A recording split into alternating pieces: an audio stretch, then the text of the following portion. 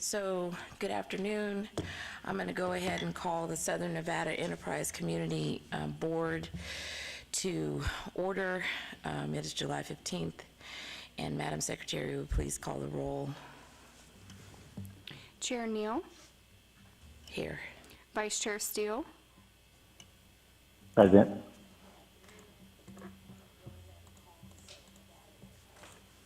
Member Horsford, excused. Member Career, excused. Member Monroe Moreno, Here. Member Scott, excused. Member McNeil, Here. Member Garcia Anderson, Present. Member McCurdy, excused. We have quorum. Thank you for that. And so, are we in compliance with open meeting law? We are. Okay, thank you for that. So we will now move to agenda item number 3, which is public comment. Is there anyone here for public comment? If so, come state your name. 2 minutes. Okay, seeing no one for public comment, we will go ahead and close public comment, which is agenda item 3.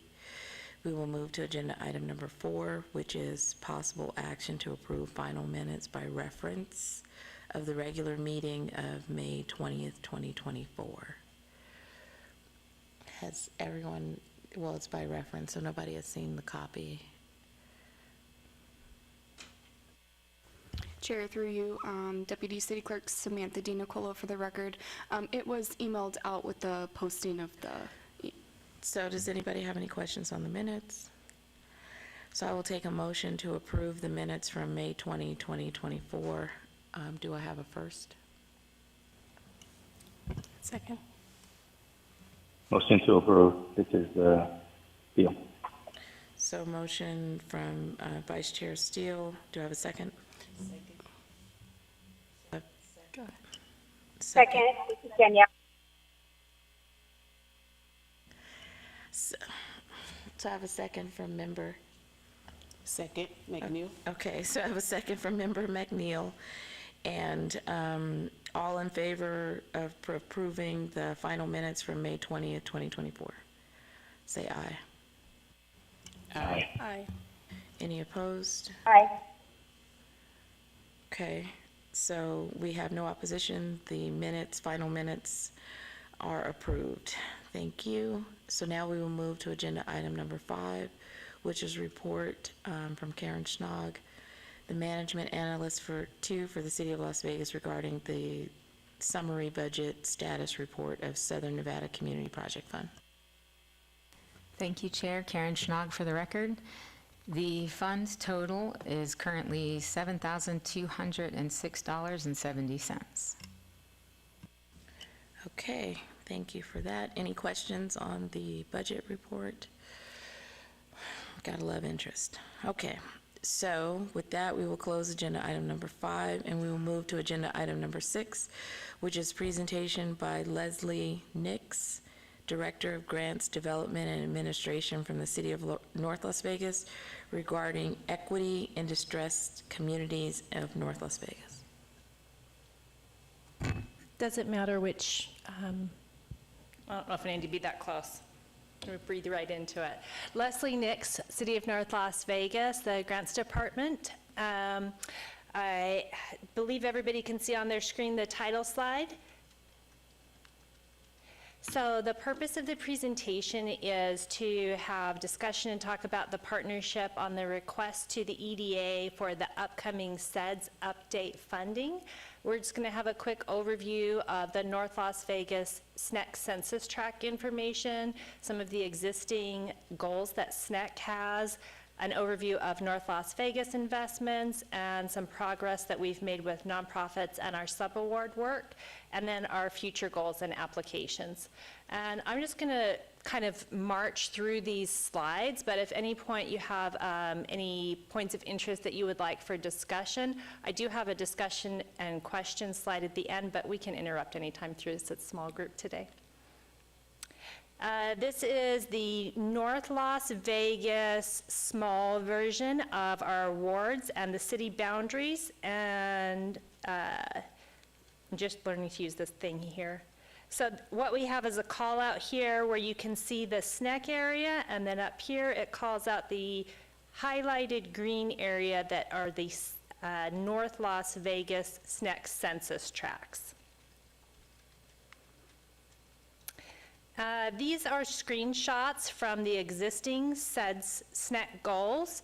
There are 4 different goals, and the areas with the light blue checkbox indicate areas where North Las Vegas has been able to be a participant in meeting the objectives for the SNEC goals. I'm not going to read through all of these. I believe that you're all fairly familiar with your existing goals. I think what I would like to highlight is that North Las Vegas has been an active participant in the areas where it is feasible and where they are a reasonable participant. Some of the objectives, it wouldn't be, we wouldn't be an appropriate partner for those particular objectives, but where we have been able to be a partner, those have been indicated. And the goal 1, secure funding for new development and redevelopment opportunities. An example of that in Objective B is North Las Vegas working with the regional partners on various EDA funding and other regional applications that the groups have put together for area focused on the SNEC. Create jobs is goal 2, and is similar, and I won't go through the details of highlighting each, but just to demonstrate the areas where we've been able to participate, and you can review those. Diversifying the economy, and promote sustainable development. And then we'll talk a little bit about how we're doing it, where North Las Vegas programming and investments comes in. Some of that is through focused departmental work, local funding, state funding, federal funding, and then community subawards. This map highlights a small subset of the city of North Las Vegas. So this is just the southern region of the city. And each of these green callouts is a separate congressionally directed request that has either been funded or that is in process of request. And down here we see City Hall and Las Vegas Municipal Court. We have multiple funding items that are highlighted here. So those numbers represent, like at City Hall, there are 4 that are funded that operate out of City Hall. And then otherwise, the 1 through 8 are highlighted on each of the dots. And I think what we want to call out here and note for the group is that when we're making these opportunities for really large funding requests, we are focusing on our most distressed areas of the city and really trying to, I guess, make impact where historically there has been people left behind and communities left behind. Some examples of North Las Vegas programs that are operating now. There's a lot happening in this chart, so I want to acknowledge that it's kind of busy. But this is just for fiscal year 24. So in fiscal year 24, we had $40.9 million operating in community partner subawards and department-operated community programs. So 81 subawards, 14 separate community programs, and the total of those is $40 million. And then the pie chart shows a percentage of the primary program type of each of those. Most of our community partner programs and some of our city-operated community programs cover multiple areas. It's pretty rare that you would see a social impact program that doesn't cover multiple areas, but we wanted to try to represent non-duplicative numbers, so we found the category that it fits best into or fits most into, and that's what the pie chart represents. Our community partners, so the 81 community partners that were, or the 81 community nonprofit subawards listed there, well, I shouldn't say nonprofits, it's 81 subawards, some were nonprofits, but these are some of our community partners. It's a lot, but we just kind of wanted to show the breadth of our partnerships. And what I would like to highlight for the board is that there are many names you'll see on this list, which are common names that you'll regularly see as funded partners in the Valley. You'll also see many that you have possibly never seen before or rarely seen. We have really made a focus in North Las Vegas of investing in getting the nonprofits and community partners that are willing to come to the table and invest with us. We want to get them up to speed and help them become professionals at really managing federal funds. And that's a big hurdle. So for organizations that the first time that they've ever received federal funds, that first year is it is a lot of work. So we have also got partnerships with groups like Nevada Grant Lab that offer technical assistance. We do training, we do a lot of hand-holding. We help these organizations build up the policies and procedures and practices they need so that they can successfully manage the funds that we administer to them, but also so that then they have the skill level and the wherewithal to go out and produce further federal funding for themselves. We really believe that making more successful, strong nonprofits and community partners is very important. It's really a critical piece because the city and the SNEC board probably has a similar experience. We're not the appropriate group to go in and do all of the work. A lot of times it's another group that is going to be best fit to that particular task and the best fit to help our community. And we want to make sure that those groups are as strong as they can be so they can be successful and their work can continue beyond a one-time funding. Within our groups, and this is just referencing that old pie chart that I had shown a few slides back, of the pie chart selection, I just want to highlight one of the pieces of pie, and so this is about education.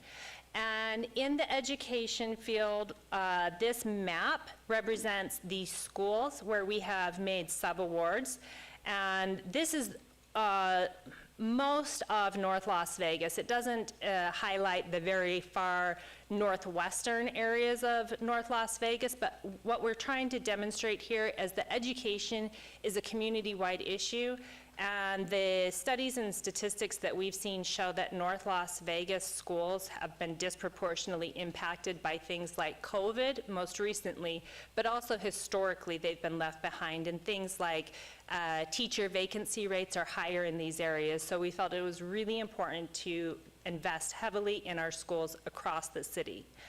I want to call out here this education statistic that I have there. This is not about K-12 education, this is about education in the census tracts. And so when we're talking about education, usually we think of K-12 education, but beyond that, educational attainment usually has a long-term effect in the type of economic success that individuals and families have in a community.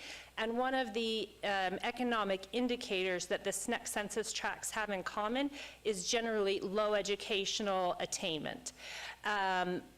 These ones are specific to the North Las Vegas census tracts, and I highlighted the census tracts included down below. But what we're seeing here is that the education percentages for those with less than a high school diploma from 2010 was 63%, and 2020 is 51%. What that means is that 10% less of the people there had that low of an education level. So that's actually a gain. That's a 10% increase. So what we're seeing there is that overall in the census tracts, our communities are gaining a higher level of education generally.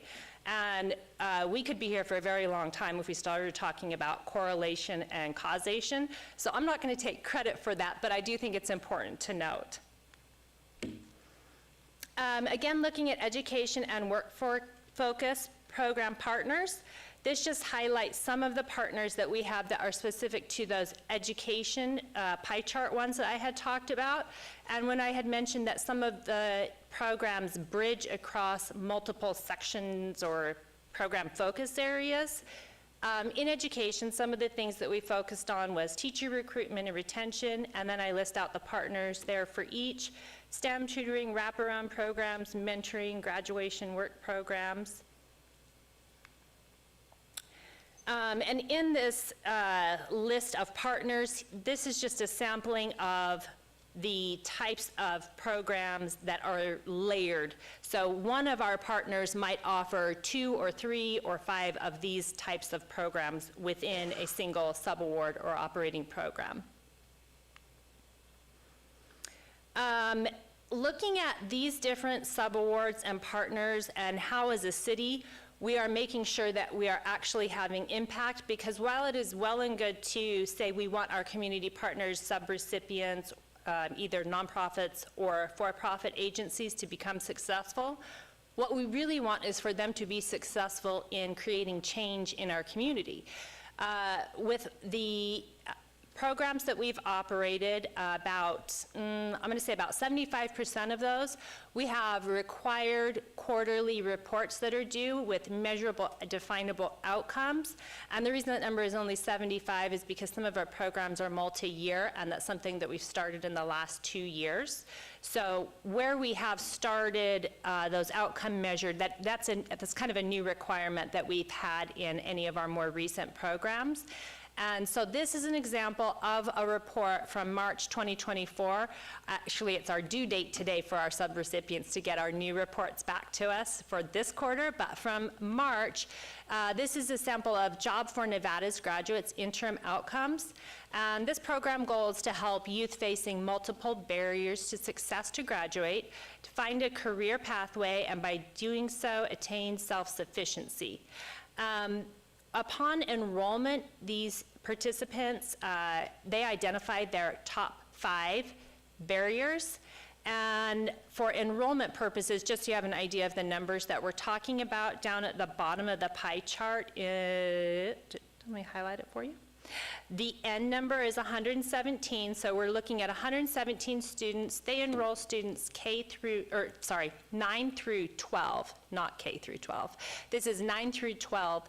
And then looking at the outcomes that they could report in March of 22, they've had 2 cohorts of students that are now going through the program. So the second group will have just finished in this last quarter. But in this March quarter, they were able to report that of cohort 1, they had 100% graduation rate, which is really successful because these students are enrolled from groups that have really high absenteeism rates. Generally speaking, they're lower than a 2.0 GPA. These are students who are not on track to graduate, and then they also will typically have self-identified barriers to success, either through maybe it's positive self-image or things like that. So again, of this group, 63% had job placement, 63% were full-time, 100%, these are self-reported positive outcomes, and 78% went on for further education, and that might be a certificate program or through post-secondary schooling. And all of these measures are above the national standards for those same measures, which is a really, really big success for our city and for these students in particular. Ms. Nix, I have to ask a question on this slide. Excuse my lack of knowledge on this. So for is this JAG program? Yes. Okay, so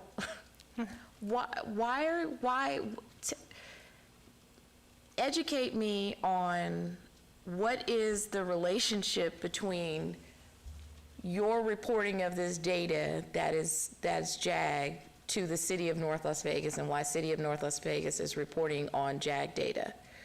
I guess that's what I'm confused about. I'm also confused about what's the overlay between North Las Vegas and JAG versus JAG and CCSD, JAG and the state. Okay.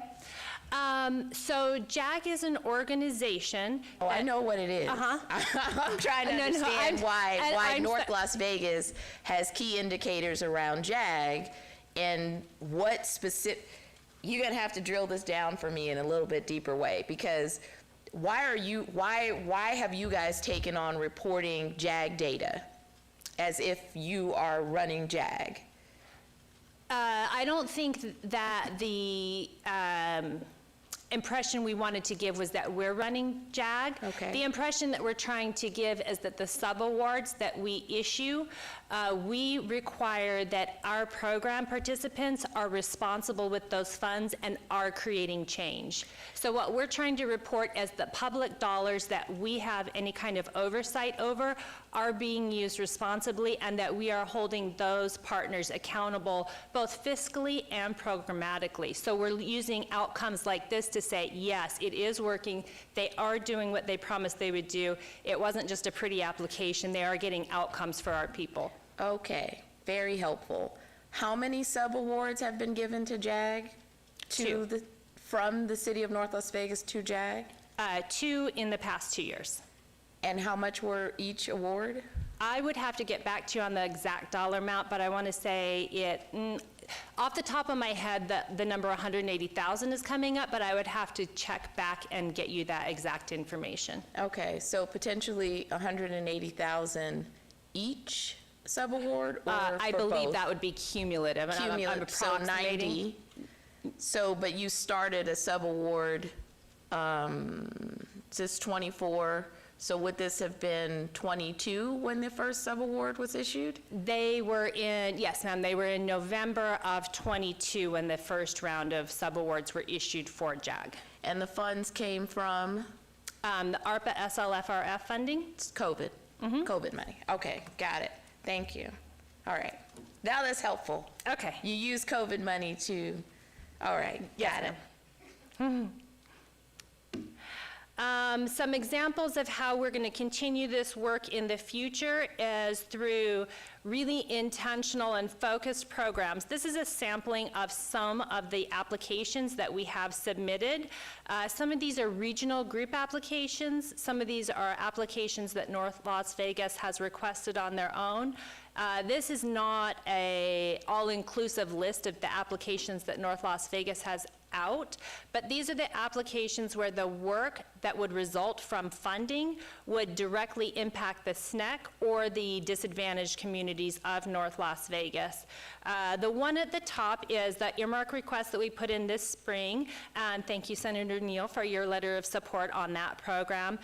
This would be a SNCC-focused workforce program, and it would be a cross-jurisdictional program that would really focus on meeting people where they are, investing in the kind of professionalism that they could be successful in, and removing the barriers that they have to attaining whatever kind of professional skill level, certification, or education they would need to get there so that they can be self-sufficient and have long-term success for themselves and their family. The next one down is the Harmony program. That's a municipal court program focused on recidivism and successfully transitioning people back into the regular society and making sure that they have work skills and the essentials that they need, if it's mental health care, medical care, the kind of things that they need to continue to be successful and not keep cycling back through the loop. If you have any questions about a specific one in here, but I don't want to read a slide to you, but if you have any questions that you would like me to highlight, I'd be happy to. The way that we put our applications together and the way that we think we know we're being successful, primarily that's through the outcome measures that we had identified in one of the earlier slides, but also through community input and engagement. So community input and engagement, the input we used as, here's what we think our community is telling us they need. There are different ways that the community can get that information to us, and the engagement is how we let them know that these programs are available. How can you take part in it? How are you qualified for it? We have 10 city boards and committees. We put stuff out through public meetings, public notices. We have two-way text messaging, email blasts. We do multi-language publications. Our board meetings are, we use a program called Wordly that makes it available in any language. And then some of the community partners listed on one of the earlier slides, some of those community partners we specifically partner with and fund so that they can engage the community, so that they can get the message out there. Sometimes that's either co-branding on programs that they already operate, and sometimes it's literally just grassroots, door-to-door, talking to people, calling people on the phone to let them know what is available to them. That is it. Any questions, or would you like to discuss any of the earlier slides? Yeah, I have a lot of questions, but I'm going to let everybody else go. But there was a slide, I believe it was your third, maybe it was your third slide. It had investment in small African-American businesses. It's before that. Yep, right there. Here we go, okay. So in 22, 23, is this through the access, because I know, and maybe, because our vice chair, Nick Steele, is this through the created program that you guys, that was created, that Nick Steele was helping with to? Yes, Access Community Capital is a portion of that work. So there are, I think, 4 current active subawards for that type of work, either revolving loan, credit builder, small business connector, and we're getting ready to issue a new subaward shortly for that same type of work. And through not only through Access Community Capital, but through those partners, yes, that is the work that we're referencing. So were any of those partners listed on the partner sheet? So who are the 3 other partners that are doing the work in Objective A? Because you had Prestamos, which is a CDFI. Prestamos, Access Community Capital, CPLC, and UNLV. Ones that are sort of tertiary partners not listed here include Employee NV, I'm trying to remember if Employee NV is a subset of DEETR or... They are. Yes, Because it's the work, Employee MV is their workforce, basically it's their website, which you run everything through. If you're looking for an opportunity, it was supposed to be a common portal for everyone to be able to run their folks through. So I don't know how they would, I mean, if Employee MV is doing black business lending, I really want to know about it. They're not doing the lending. Oh, okay. So it's, the small business support is a multifaceted support. Sometimes it's technical assistance to get a business up and running. Sometimes it's about lending. No, Employee NV is not doing lending that I'm aware of at all. So the lending piece, CPLC, Prestamos, and Access Community Capital, those are the CFDI contracts we've done. And UNLV is operating as what in that Objective A and for black businesses? They're operating the small business connector, so we have a space in City Hall where small businesses can either meet online or in person through walk-up to do everything from getting a business license to building a website, figuring out how to get employees, you know, all the A, B's, and C's of business. Okay, got it. All right, thanks. I'll round to the other members and I'll come back. All right, members, any questions? I do not have any questions. I've seen this data many times. Thank you, Leslie. Member McNeil? No questions. All right, so then I'll just come back to me. All right, so starting with my first question, you listed workforce programs, I believe it's in the pie chart at I think it was 1.2%. And just have questions on, so it was, because I didn't know if it was the red or the green. That is the green. Okay, so just to break down so I can get an understanding on the workforce, are we talking about workforce programs that are the one-stops that are being run by the library, or are we talking about more than that? Because there's a one-stop at Alexander Library, and then what other workforce programs? There are, so the workforce program, what I was trying to highlight when I was describing how these category headers came up is that this would be the primary workforce portion of the program. Like, I guess the program is primarily workforce. So we have a lot of workforce programs that also fit under the subsection of education or community services or veteran services. So where it is a standalone workforce program where it doesn't have a a larger community objective that it's focusing on, that's where it got that title. Does that make sense why that piece of the pie is so small? It's not the only area where workforce is happening, but it's a small number of programs that we funded that were workforce only related. Does that answer the question? It kind of does. So I'm trying to understand, so in the workforce programming, it's being funded by WIOA, general fund, federal grants, standalone federal grants that you applied for. What's funding this workforce programs? So this is primarily federal grants.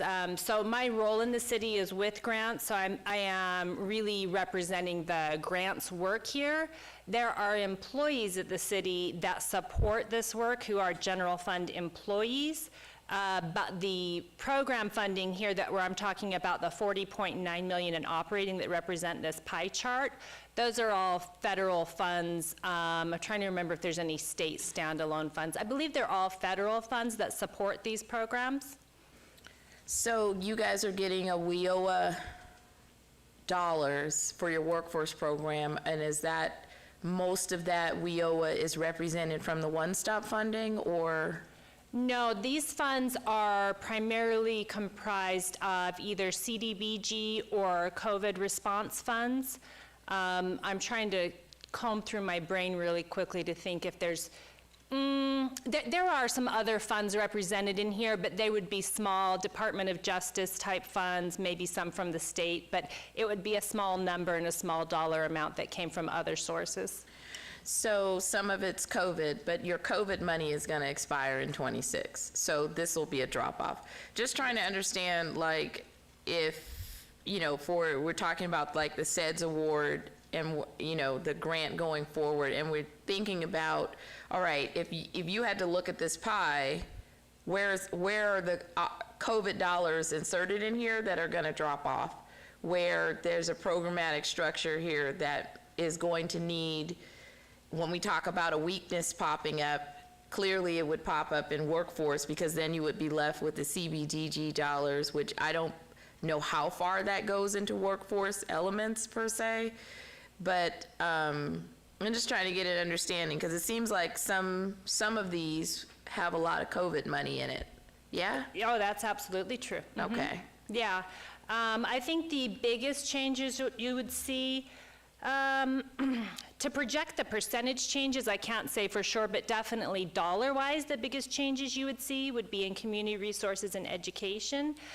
We have purposely invested a large number of our COVID dollars into those areas because of the disproportionate impacts that occurred.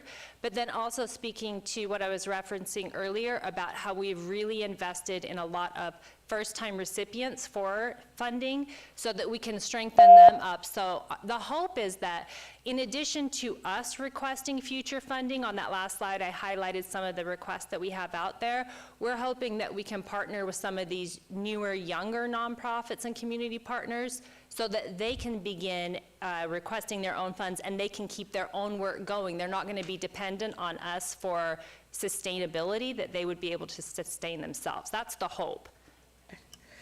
And then my next question, you had a pie chart on the NLV education grants, I believe. Or it was the 20, it wasn't a pie chart, it was the 2010 to 2020. Oh, yeah. Yeah, right here. So I want to dig into that slide a little bit. So because the way, I mean, I wish I could see the actuals, kind of get us some idea of the streets and the areas for those census tracts. But On the mapping? yeah, but I wrote down the census tracts. So I'm sorry, can I clarify one Yeah. thing? And I might be confusing the matter, but the chart where it shows the percentages and the graphic for the map, these both speak to education in the area, but the graphic for the map is K-12 school direct education grants across the city. I know that the top region well, all of the parcels are very, very light gray, so it's hard to see, but there's sort of a top bar that you might be able to subtly see, and that's actually the 215 Beltway. So this represents the whole North Las Vegas boundary from where it meets Las Vegas, and then that blue line that's the west side is Decatur. So if that kind of gives you a perspective there.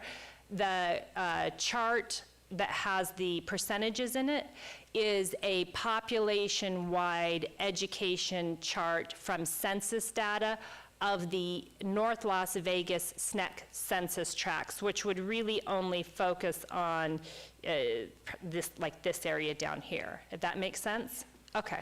It does. So I guess what I was trying to really understand is, are we showing 2010 to 2020 because there has been sub-award investments for 10 years? There have been sub-award investments for 10 years, but again, I am not trying to draw out a causation factor here. I'm just highlighting that the city has put out those money to the school sub-awards. Those are COVID dollars for those school sub-awards that are highlighted here. So in no way would it make sense for us to say that the 10-year change in education attainment across the community would be related to that. We're just saying that we are investing in the community in education K-12. And then we're noting that while the city has historically made sub-awards, and there has been repeated sub-awards across the 10, or it's been 14 years now since the 2010 census. The city has historically made investments in education sub-awards, but again, I don't think that it is a causation relationship here. Okay. It's just correlation. Okay, so technically, the school sub-awards began in COVID, majority. Yeah, So 20, what's represented on this map, yes, ma'am, those are COVID-related sub-awards. so 2020, but sub-awards that came from the $700+ million that CCSD received, did they draw that down, or did they do a separate education request? Or did I can't speak to the CCSD dollars. This does not represent any dollars directed by CCSD. This is only dollars directed to the city. Okay, all right, so no ESSER, no gear. No, ma'am. Okay, that's helpful, because trying to understand, so they didn't draw any of that money down. This was just, they're separate, because I believe, in 2020, there was an award of, what did they get, around 47 million? It was a lot. I can't say off the top of my head what it was, but you mean CCSD? I'm talking about City of North Las Vegas. Oh, 46 million, 46 million, Yeah, yes, about 46 million. Okay. All right. Okay. Then, still on education, because I want to stay on that, but I believe it was, you listed the partner. So I wanted to know, for the Public Education Foundation, what schools are the Public Education Foundation actually doing teacher recruitment in? Because it was listed, it was on this slide where it says teacher recruitment and retention, and I'm assuming that PEF has set up in certain North Las Vegas schools, but which particular schools are they doing teacher recruitment and retention right now, or for the past couple of years? So I'm trying to, my acronyms are getting confused. Our Education Advisory Committee selected 4 schools that had a vertical school alignment. So it was 2 elementary, middle school, and high school. Those 4 schools were selected for large investment grants. They were just right around $100,000 each, and the schools directed how they wanted those funds to be spent in their school to develop their recruitment and retention. There was commonality in the type of professional development that was offered, and a component that spoke to the recruitment and retention, well, I guess to the retention piece, not really recruitment, was that the professional development design was a series that allowed for teachers to increase the pay scale, but they had to continue the program. So by being invested and by staying there, the hope was that they would be able to increase their pay. You know, we have a difficult time being able to move the needle with teachers because we have such a distance between us and the way that their organization is administered. So we try to find ways that we can incentivize teachers to pay, or to stay, but we can't require them to stay. So by making the environment more conducive to success and feeling like there's a level of camaraderie and professionalism in that everyone's having the same type of professional development, and again, that vertical alignment. So they're going to be gaining students in the next year matriculating from the younger schools that have the same sort of standards and I'm not going to say teaching style, but there was that same sort of milieu in that school that they came from. So, I mean, I don't know if that helps to explain it. Well, I'm trying to figure out what's the name of the 4 schools that were invested in with the 100K? Okay. I can help answer that question. if that's Thank okay. you. So it's Cheyenne High School, Canyon Springs, Swainson Middle School, and I can't remember the other middle school, but it's No, in- there's 2, I think it was Cheyenne, Swainston. Yeah, I work closely And we with had 2 Cheyenne elementaries. And Canyon Springs. Was it Antonella? Could we can I get you back Yeah, that you can get- information? I'm because- going to tell you wrong. I Yeah, don't want to give that's you bad fine. I just wanted information. to know what schools they were, if you did 100K where you invested in retention, and then also this, I'm assuming this is COVID. So these were COVID dollars where you invested in a salary increase as well?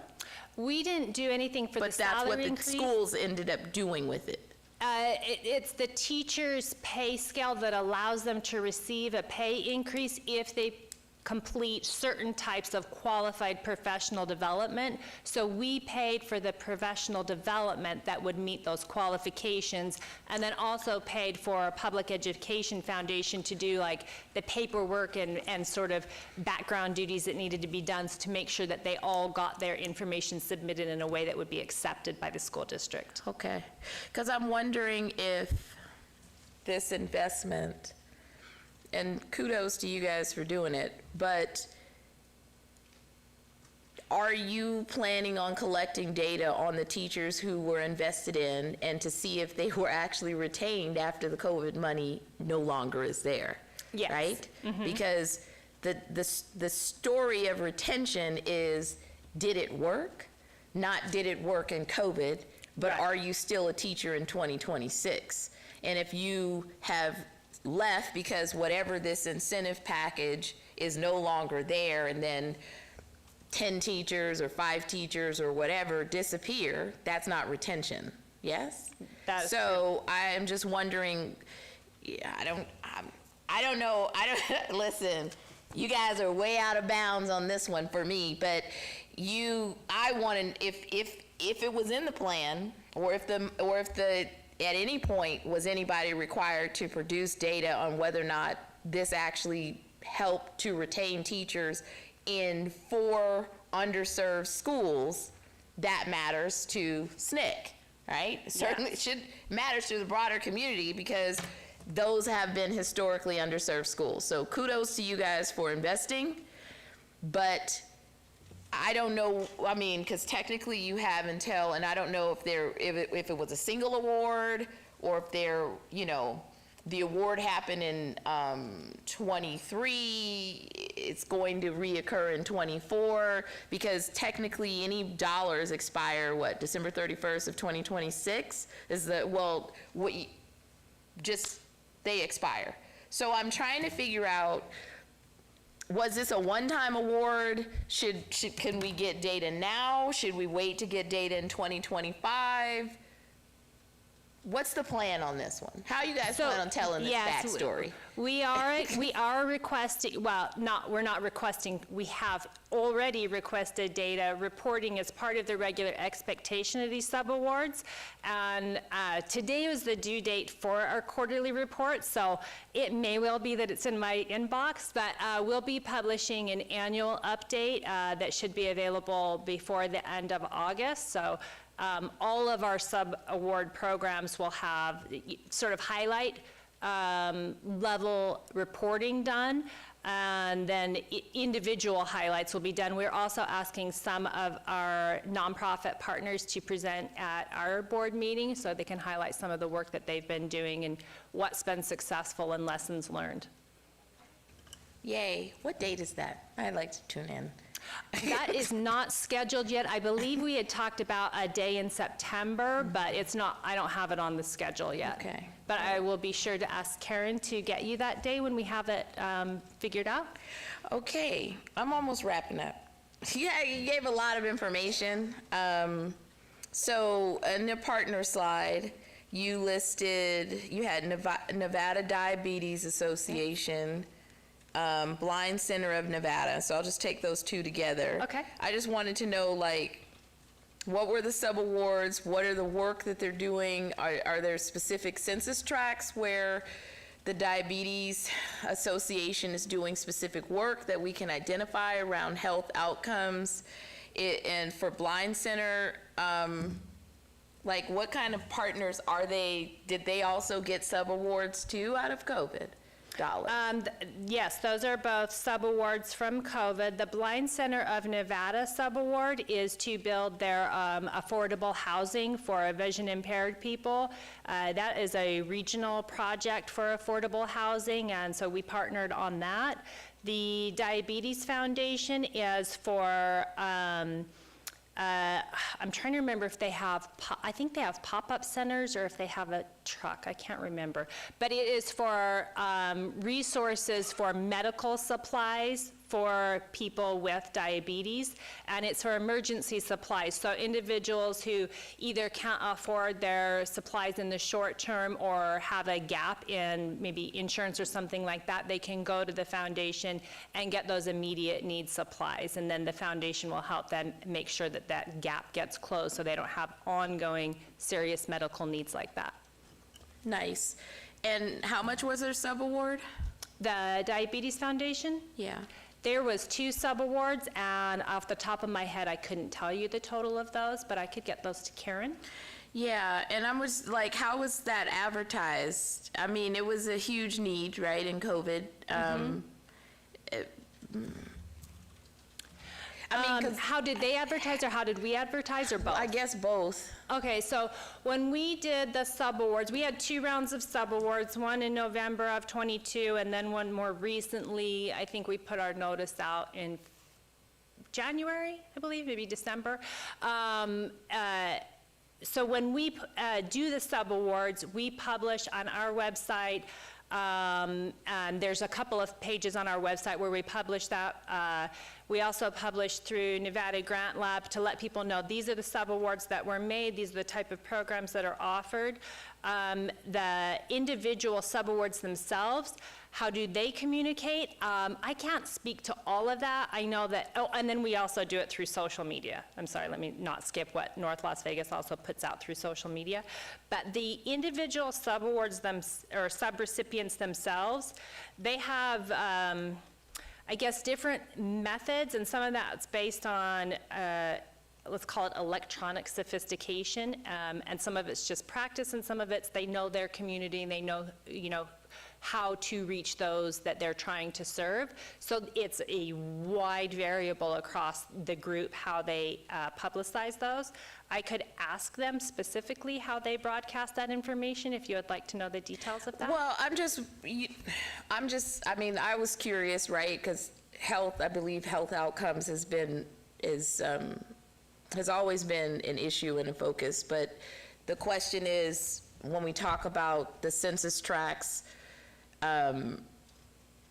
any census tract, right? How are we getting that information out? How are we coalescing with health partners, the FQHCs, the different individuals who are already operating in the space to understand, okay, this was a sub-resource that was created through COVID dollars, although temporary. How can your folks, whether or not you're pregnant and diabetic and going to the North Las Vegas hospital, how are we connecting folks, right? I mean, because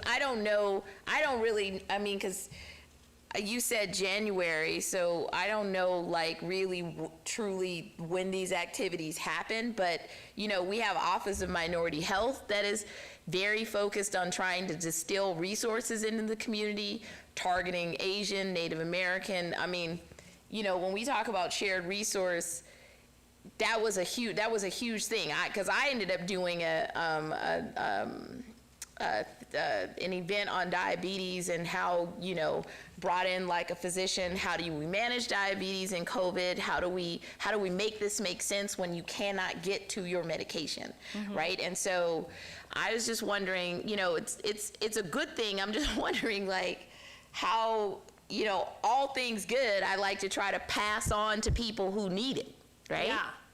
And so I'm just wondering, like, what's the pathway? I guess I can reach out to Nevada Diabetes Association and just ask them directly and just say, hey, do you have pamphlets? Can you share? Can you send what you have? And up until the point where that money is going to disappear, because there may be folks who actually need this.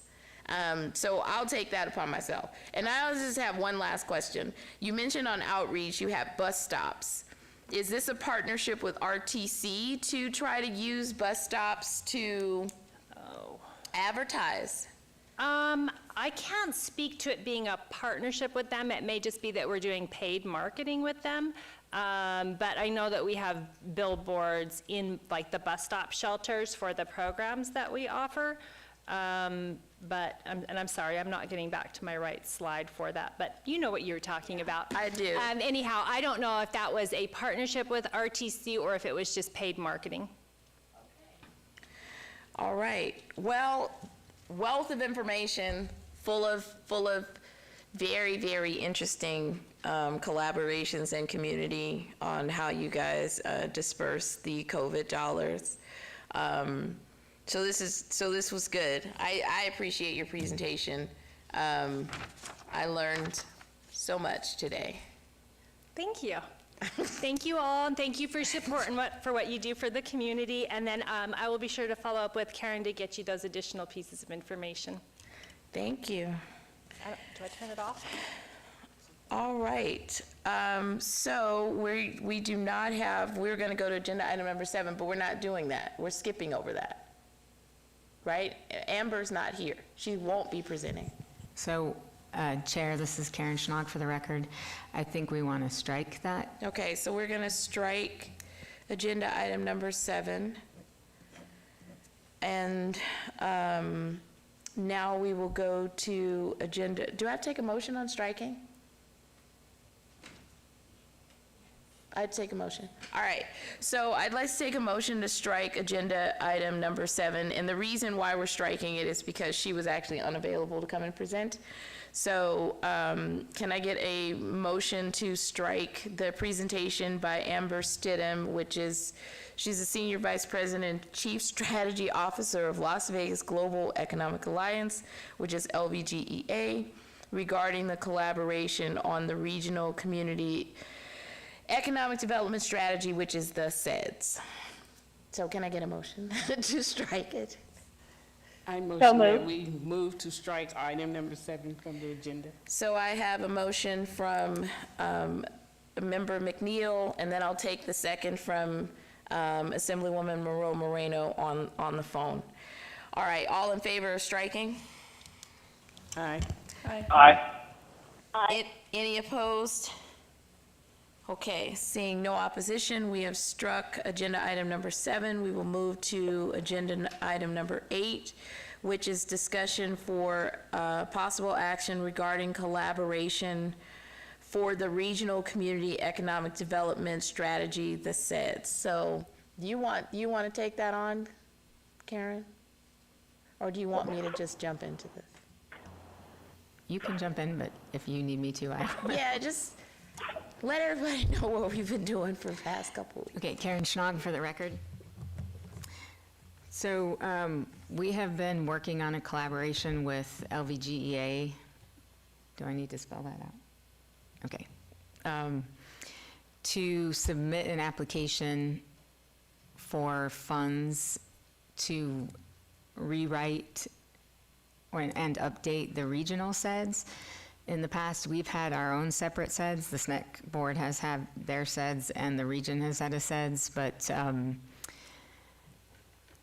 one, there's not supposed to be two SEDS for an area, and two, we want to collaborate, so it's more of a regional approach that also includes equity. And the EDA has asked us, I believe John Edmond was here last meeting, to encourage that the SEDS for the region be more focused on equity, making sure that the economic growth also is benefiting the low-income area, and not in a trickle-down way, but in a truly supportive way. So we're collaborating to submit that application, which is coming up in 2 weeks.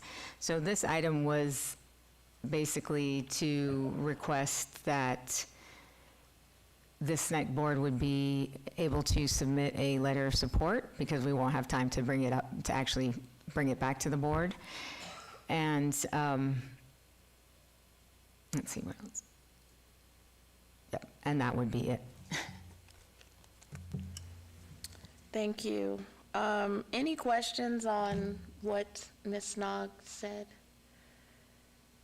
Where we're going? So basically, she's just said it. I mean, we've literally been trying to participate in putting together the grant, or share or submit as much information as possible so that we can meet the deadline before the end of the month to try to get the planning, at least submit for the planning dollars to then do outreach. So we're super hopeful. We've been pretty consistent in trying to deliver as much information as possible to LVGEA, since we're co-partners in this, but we will definitely bring something back to the board. But we had approved moving forward, I think, a couple months ago. But we have been just really working, to try to get it in before the deadline and make sure that it meets the needs of what we would like to do in the future.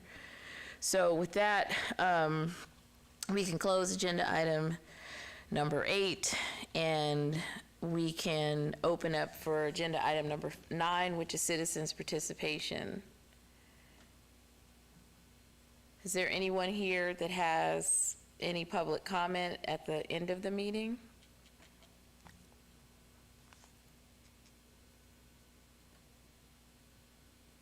I don't see any. So we will close agenda item number 9, and we will then move to agenda item number 10, which is adjournment. So don't need a motion on that, and just go ahead and adjourn. All right, so I'm going to adjourn this meeting. Thank you guys for coming and being in attendance.